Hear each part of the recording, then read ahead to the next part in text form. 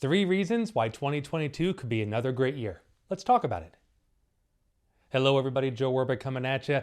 And 2021 is about to end, and my goodness, it's been a wonderful year economically.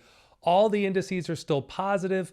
The craziness we saw a few weeks ago from Omicron has all but disappeared, even though we saw the indices drop 3, 4, almost 6% at the beginning of December. Almost all of that has come back. The S&P's back to normal. The Nasdaq's back above its highs. And the Dow is still only about 1.5% off its highs. And I think most of that will go away by the end of the year. So what do we have to look forward to in 2022? Well, let's talk about 3 areas that are making me feel good about the next year. Powell. Let's start with Federal Chairman Powell. Powell has come out and changed his mind multiple times this year. He started talking about reducing the bond buying program, and then he said he's going to speed it up, and then he came out a few weeks ago and said he's going to speed it up even more, meaning they're going to slowly stop injecting money into the system. And you know what?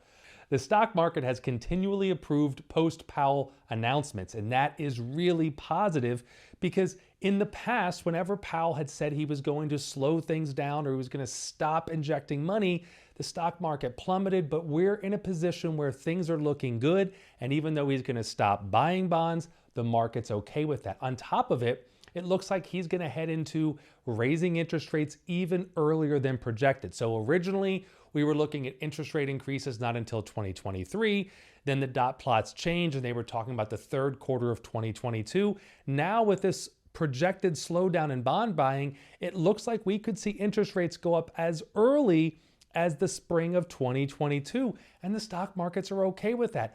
I imagine that in the spring, when they raise interest rates by 0.25 or 0.3% or whatever they decide to raise interest rates by, if the markets don't overreact, that is a great sign that 2022 could be a positive year for the markets. Number 2, we have this Omicron variant, and it doesn't seem to be as bad as they originally thought. And Pfizer just came out and said that a third shot pretty much eliminates anybody's exposure to the Omicron variant. So these variants are going to keep coming. This is going to be the norm, and there are ways for people who want to be protected against it to be protected against it. So I don't see massive shutdowns. I don't see foreign governments disallowing people coming in. I don't see this really affecting the economy all that much going into 2022. So even though Delta's still here, and yes, we're still seeing a lot of people, unfortunately, dying from this disease.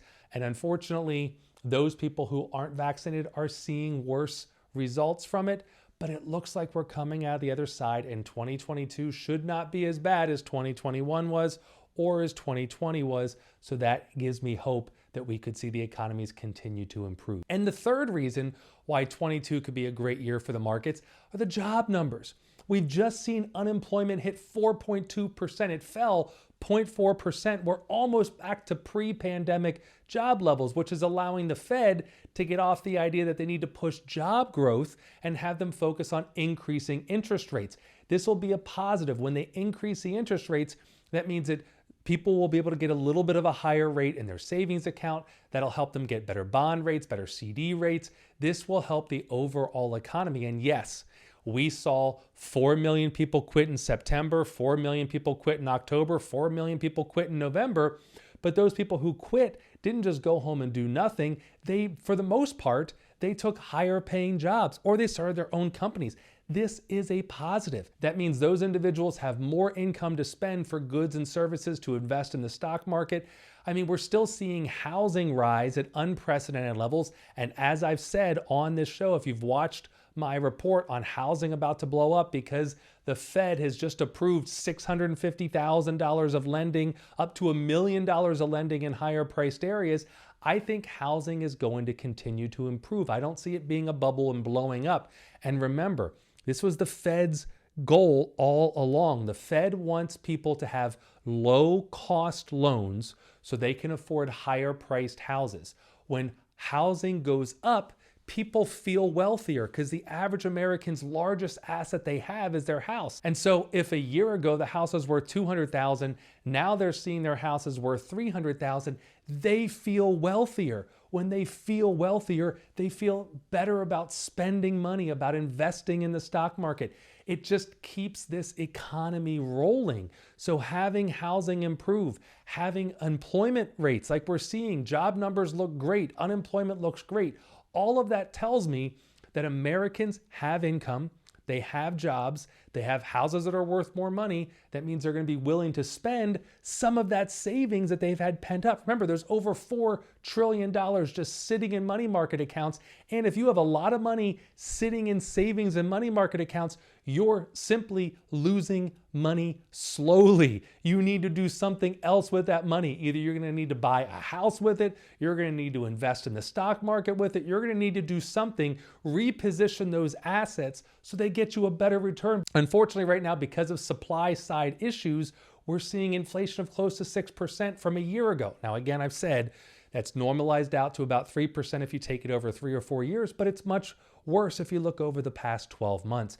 So money in checking accounts, money in savings accounts, not a great idea right now. Do something with that money. Get it moving, get it working for you. And since we're coming into the end of the year, make sure you watch my next video on the 5 most important things you have to do by the end of 2021. If you like videos like this, make sure you subscribe to catch me every week as I come out with new content. Leave comments down below for future ideas for videos. Hit the notification bell to know when I've posted new videos, and I will see you next time.